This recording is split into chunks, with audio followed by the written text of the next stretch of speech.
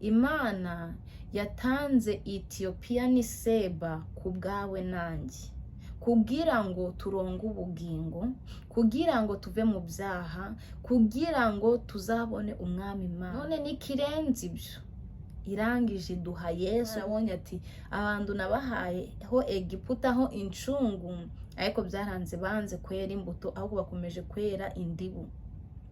Aba bantu nabakoreye ibishoboka byose, mbaha Etiyopiya n'i Seba ku bwabo, ho kugira umwana w'umuntu. Mu bizima haburamo n'umwe, abakuru 24 haburamo n'umwe, mu bamarayika haburamo n'umwe, ariko Imanuweli, umwana w'isumba byose, aravuga Imana ashaka yuko tuba Kristo nyakuri, twere imbuto nyinshi zigumaho, twere umutini, ahuko tuba uruzabibu rwera imbuto ntituzere indibu. Imana yakoze ibishoboka byose, icungura umwana w'umuntu, itanga umwana wayo umwe w'ikinege ikunda cyane, kugira ngo wowe nanjye tuzaronge ubugingo buhoraho. Ariko Imana yaduhamagariye kwera, ndawe yaduhamagariye kwandura. Kandi yewe umese kamye, nanjye mese kamye, kuko nitumesa bubiri ndawe uzakiza abami babiri. Rero ukiriho ugihumeka, gerageza kuba mu buzima bwo kwera imbuto nyinshi kandi zigumaho. Tugende turira tubibira umwami, niba tubabazwa n'abarimbuka, tuzahozwa naza dushira agahinda, nidutunda imiba tuzanezerwa. Sukije mu izina rya Yesu Kristo, aho muhere ku migabane y'isi, mbifurije amahoro y'Imana abane namwe mu izina rya Yesu. Uyu munsi tugiye kuganira ijambo rivuga ngo twere kuba umutini ufite ibibabi udafite imbuto. Mana, turagushimye, ukwiriye ishimwe n'icyubahiro, ukwiriye amashimwe mwami mu bantu bose n'icyubahiro. Haleluya. Nushimwe urero akiranuka, turagushimye ko banye natwe, turagushimye ko waturinze. Mana, duciye bugufi, imitima yacu yezwe nawe, imitima yacu yihembure, iguye umwuma mwami, iyumagatanye ngo mu butayu, wugurure ijuru, ugusha imvura, habe urujojo mu izina rya Yesu. Umutima washobewe, umutima wuzuye amaganya mwami, ugushe imvura mwami, ayo maganya yashire.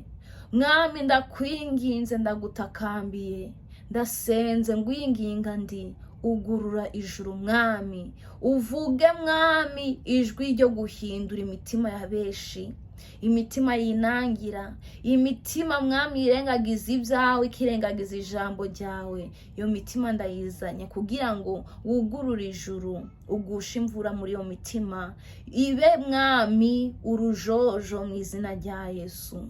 Weretse umwanya tugiye gusoma ijambo ryawe, ndetse tugiye kuvuga ibyawe mwami. Ndabari nje aho ku mwuka wawe uraganze, vugana n'umutima wanjye, vugana n'umutima wa mwene data, imitima yacu yigarurire Uwiteka Mana, kandi udukize, udukure mu mwijima mubi, udukure mu bidafite umumaro mu izina rya Yesu. Reka mwami usohoze icyo watumye ijambo ryawe, niko nsenze nizeye mu izina rya Yesu, amen, amen. Rero tugiye kuganira ijambo ry'Imana dusanga mu butumwa bwiza uko bwanditswe na Mariko 11 umurongo wa 12 tugeze kuri 14. Umutwe w'amagambo uragira ati Yesu avuma igiti cyitwa umutini. Bukeye bwaho mu gitondo bamaze kuva i Betaniya, arasoza areba kure, abona umutini uriho ibibabi, arawegera ngo ahari yawubonaho imbuto. Nyamara awugezeho ntiyagira icyo awubonaho keretse ibibabi, kuko kitari igihe cyo kwera kw'imitini. Arawubwira ati umunda kajye ku mbuto zawe iteka ryose. Abigishwa be barabyumva. Imana idufashe. Dusomye amagambo meza atwereka umutini wari ufite ibibabi ariko nda mbuto ufite. Imana itugire neza, Imana iturengere. Abakristo b'iki gihe, wowe nanjye twirebeho. Birashoboka yuko natwe dufite ibibabi, tukaba twera imbuto zo kuri Bambone, tugakora ibikorwa byiza kuri Bambone, tukambara kirokore kuri Bambone, ariko twagera iyo iwacu hahandi tugera tukavuga tukisanzura, hahandi tuba turi n'inshuti zacu, imirimo yacu ikaba iy'abapagani. Ariko twaba turi mu rusengero ku cyumweru, twaba turi muri korari, tukera za mbuto nyine zo kuri Bambone, tukera ibyishimo kandi nda byishimo dufite, tukera ineza kandi nda neza dufite. Yewe turi imitini, ndaho dutaniye na uriya mutini wari ufite ibibabi byinshi. Imana itugirire neza. Imana irashaka yuko wera imbuto nyinshi kandi zigumaho. Ho kugira wera imbuto nyinshi zigumaho, uri kwera imirimo ya kamere. Ho kugira were imbuto nyinshi zigumaho, ubugome buragwiriye, kwigira ibyigenge biratugwiriye, kwiyobora. Twabaye imitini itagira icyo imaze mu murima, itagira ikimariye umuhinzi. Natwe ndago twabaye abanyamumaro ku Uwiteka. Nta bantu turi kuzana mu bwami bw'Imana, twibereye imitini. Imitini ndibyara, ariko Imana irashaka kuba uruzabibu. Imana irashaka kuba uruzabibu, kuko uruzabibu rurabyara rukera imbuto nyinshi. Rumwe 100, urundi 60, urundi 30, ngo bityo. Ngo ni umuntu wumvishe ngo ijambo ry'Uwiteka ngakarikomeza. Amen. Imana itugire neza. Iyo dusomye Abagalatiya 5, ugahera ku murongo 22 kumanuka, dusanga imbuto tukwiriye kwera. Ko dukwiriye kwera imbuto y'urukundo. Niba uri umukristo utagira urukundo, uri umutini.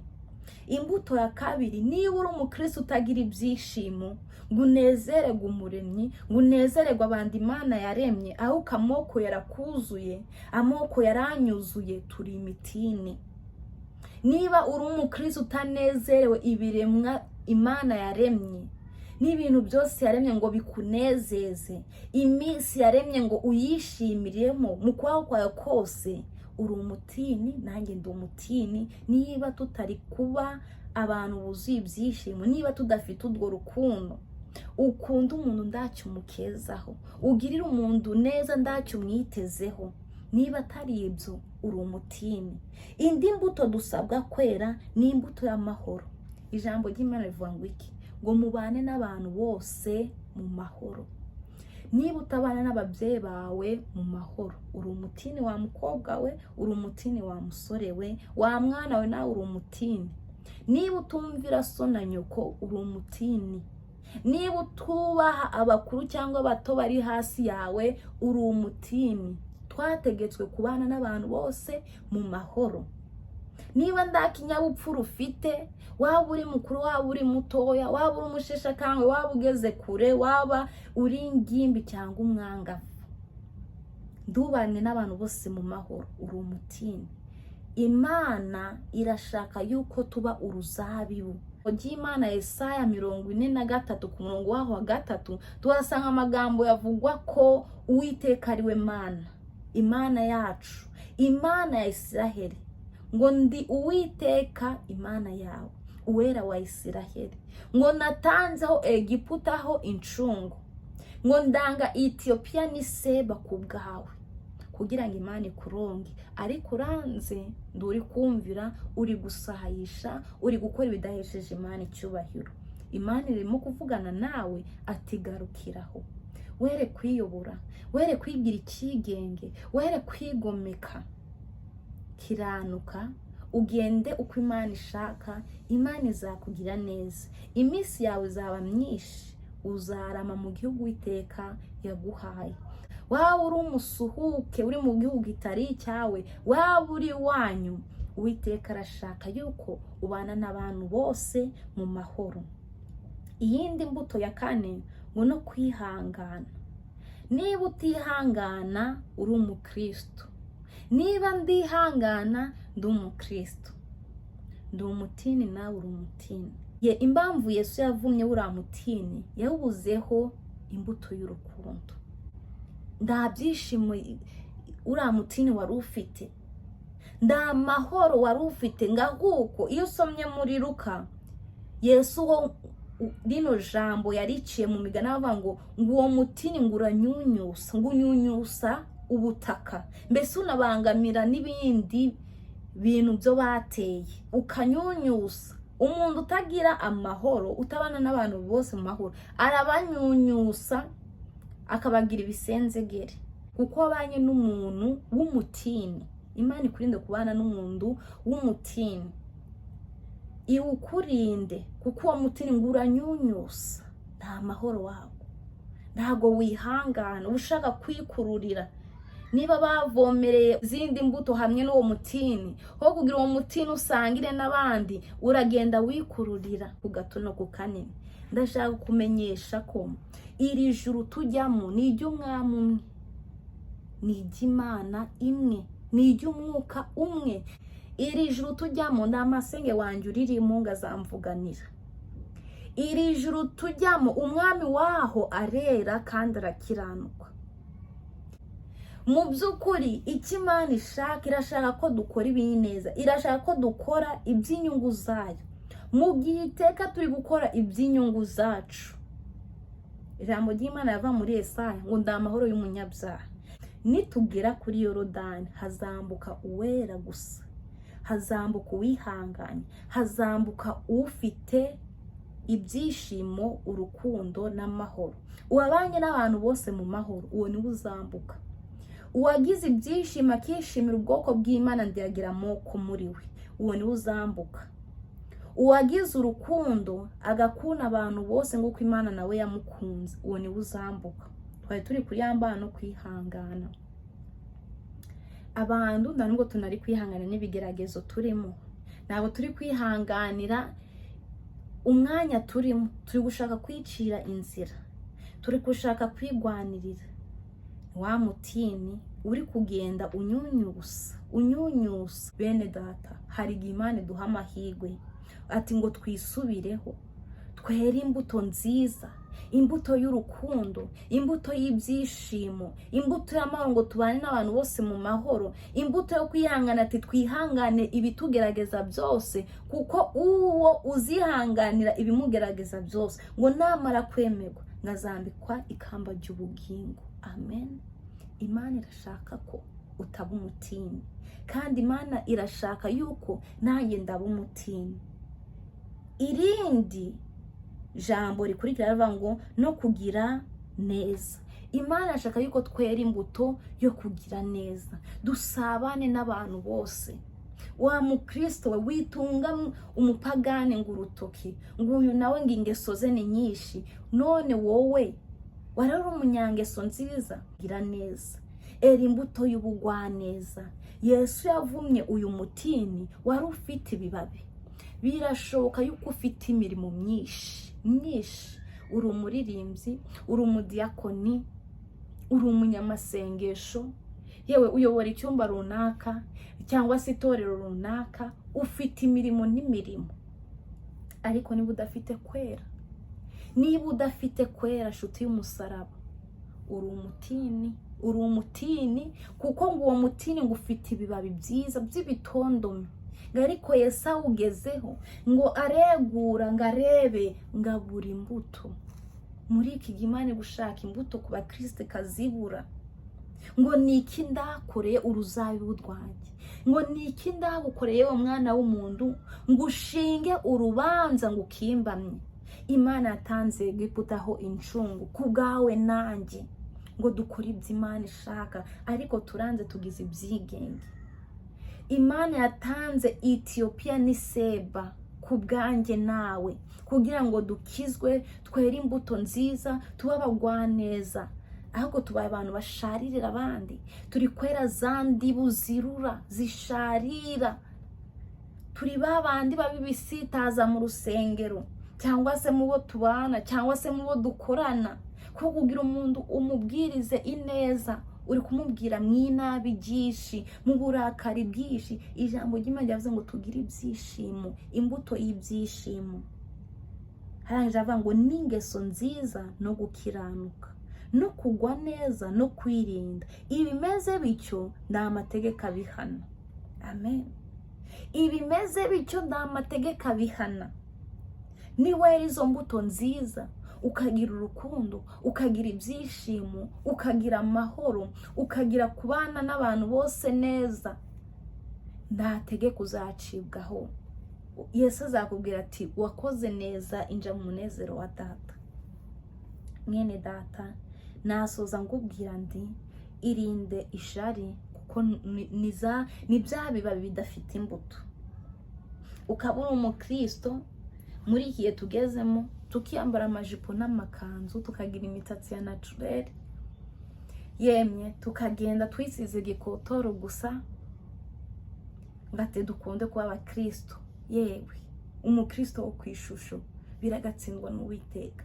Ariko icyo ngundira umutima w'umuntu, ugera mu rugo umutima ukagukubita ukakujya bien, ati nubwo wambaye iyo jipo ndende uri umubeshi, nubwo ufite umusatsi wa naturel ubwibone bwarakumaze.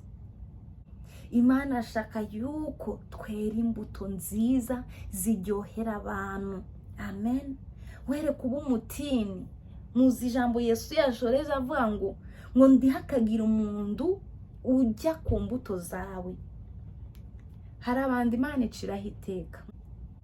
Kahini, Imana imuciraho iteka, imushira n'ikimenyetso mu ruhanga, ati none ndihagira umuntu uzana kwica, wowe uzagira umujinya, ese wiyahure ukora ibyo wumva. Hari abantu bene data Imana iciraho iteka, ariko ndakubwira ndabwo Imana ari inyengome. Imana yuzuye imbabazi, Imana yuzuye ubuntu, yuzuye kugira neza kwishi. Nuyigarukira izakugira neza, nuyigarukira izakurengera, nuyigarukira izakwakira ng'umwana mu rugo. Mwabonye umwana w'ikirara yagarukiye se, ise aramwumva, ise arongera amwakira, ngamuboneye kure yahise amubabarira. Nawe ukigambirira, Imana yakubabariye, Imana yakubabariye, kandi Imana irakugira neza. Mwene data, ca bugufi ahuri, twubahe Imana dusenge. Imana ashaka ko wera imbuto nyinshi ziguma, kandi imbuto ziryohera abantu. Ube umunyaneza, ube umugwaneza, ube byishimo, ube rukundo, yewe ube mahoro, ube umukiranutsi, ube munyangeso nziza, ngo bene uwo ngo ni amategeko amuhana. Zaburi ya mbere bavuga uhiriwe wariwe. Kiriya giti cy'umutini ntabwo cyari gihiriwe, ariko niwera zino mbuto zose narondoye urazisanga mu Galatiya 5:22 kugeza kuri 26. None wasoma no muri Zaburi igice cya mbere bavuga umuntu uhiriwe uwariwe, ngo hahiga umuntu udakurikiza imigambi y'ababi. Wa muntu wirinda kwera za mbuto zisharirira abandi, uwo ngo arahire kuko adakurikiza imigambi y'ababi. Ngo ndahagarare mu nzira y'abanyabyaha, ndiyicane n'abakobanyi, ahubwo amategeko y'Uwiteka niyo yishimira. Murumva ya mbuto y'ibyishimo, ajya narishimira amategeko y'Uwiteka. Uwiteka niyo namuhana azaca bugufi. Hari ijambo ry'Imana rivuga ngo mwana wanjye, ngo umva igihano nguhana. Uwo ni Uwiteka. Uzishimira amategeko y'Uwiteka ku manywa na nijoro. Niwibwira Bibiliya yera ukayisoma, uzayishimira, yazakuryohera, yazakurutira ubuki. Amen. Ngahubwo amategeko y'Uwiteka niyo yishimira, kandi amategeko ye niyo yibwira ku manywa na nijoro. Uwo azahwana n'igiti cyatewe hafi y'umugezi,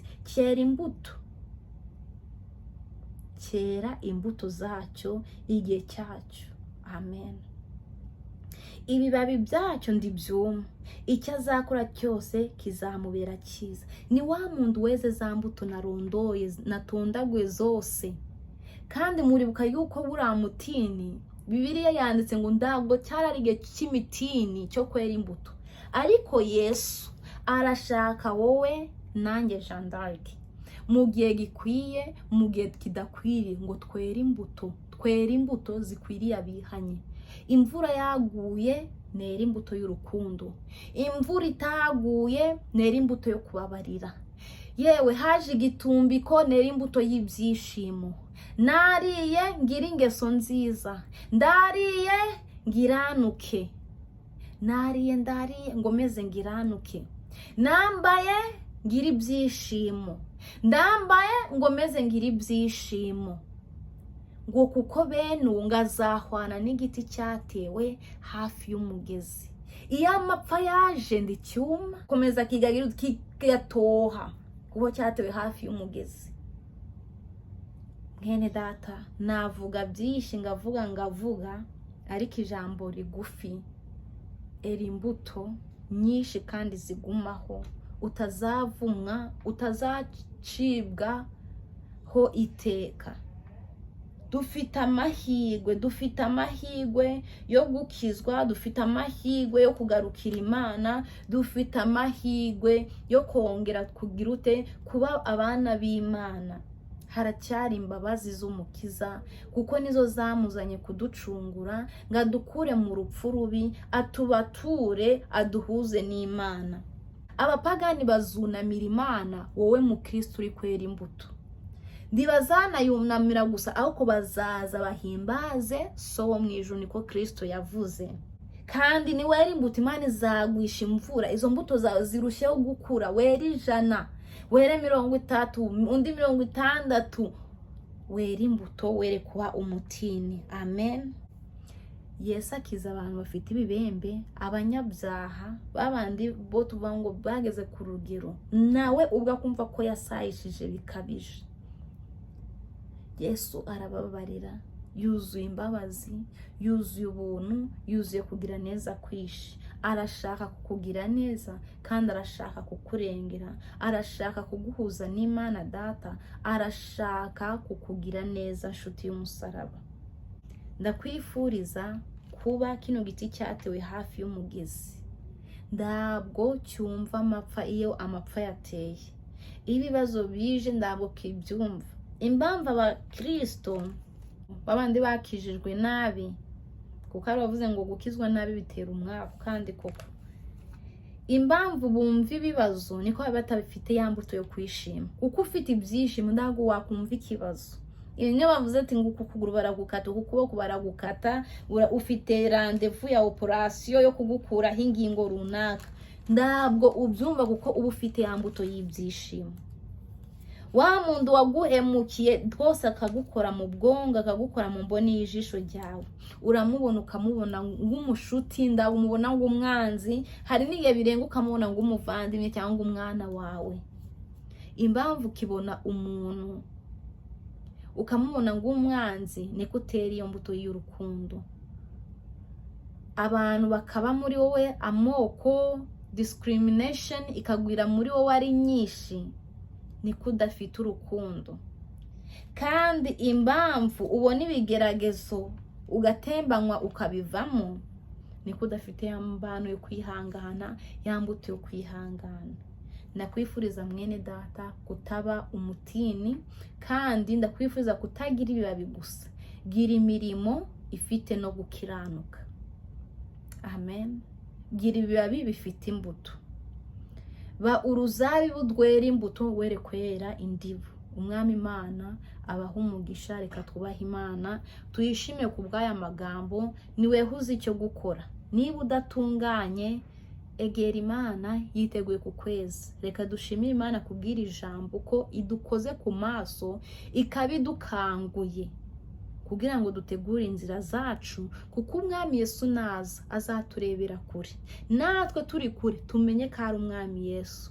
Ariko nuzaba utari kumesa kamwe, uri kumesa tubiri, uri wa muntu ukeza abami babiri, Kristo azaza. Yemwe niyo yaba nari bugufi bwawe nka kuno mbegereye, ndago uzamumenya kuko uzaba warameshe tubiri. Ndago uzamenya umwami wawe, uzabona antikristo ati ni Kristo, uzabona dayimoni ati ni marayika w'Imana, uzabona Satani ati ni mwuka wera. No, Bibiliya atubwira ngo Satani ngo arige yambara ishusho yo kwera, akigira umuntu mwiza. Ntabwo Satani azaza muri ya shusho abantu tugira y'imikara n'umutuku n'amahembe, azaza ari umucyo. Bibiliya kandi ivuga ko ari umucyo. Bibiliya ivuga ko ari umurabyo. Umurabyo ndaga ari umukara. Reka twubahe Imana, tuyishime kubw'amagambo yayo. Mana nziza, Mana yo kwiringirwa, ndagushimira kubw'ijambo ryawe. Ijambo ryawe ni rizima kandi ijambo ryawe ni ryo kwizerwa n'abantu bose. Reka ijambo ryawe rikore umurimo wako mu izina rya Yesu. Icyo waritumye aba ari cyo risohoza. Ugurure ijuru ugusha imvura, imitima yihebye uyihumurize. Ababaye imitini bafite ibikorwa ariko bidafite gukiranuka, ubeze ubatunganye. Amadini yari kubaka yatubakiye kuri Kristo, uyagenderere, uyeze uyatunganye. Abakora bibwira ngo bari kugukora kandi bari gukora ku nyungu zabo, abo basange ubeze ubatunganye. Mwami mwiza, tugwije kuba ibibabi byinshi kandi byiza bitoshye, ariko nyamara uratureba ukatuburaho imbuto. Abapagani bakadushakaho imbuto bakazibura, abantu bakadushakaho kwihangana bakakubura, abantu bakadushakaho amahoro bakayabura, bakarira natwe tukarira. Ariko guhera uyu munsi wa none, reka ijambo ryawe ritsinde bene iyo mitima mu izina rya Yesu, kandi wihana yihanire kureka. Ndagushimira kubw'amagambo yawe meza, ndagushimira kubw'imbabazi zawe. Ubwo uzaza Mwami, uzatubonere kure. Turagusaba imbaraga kugira ngo twere imbuto nziza kandi ziryohera abantu. Niko nsenze nizeye mu izina rya Yesu Kristo. Amen, amen. Yesu abaha umugisha mu izina rye ryera. Amen. Naho ubutaha.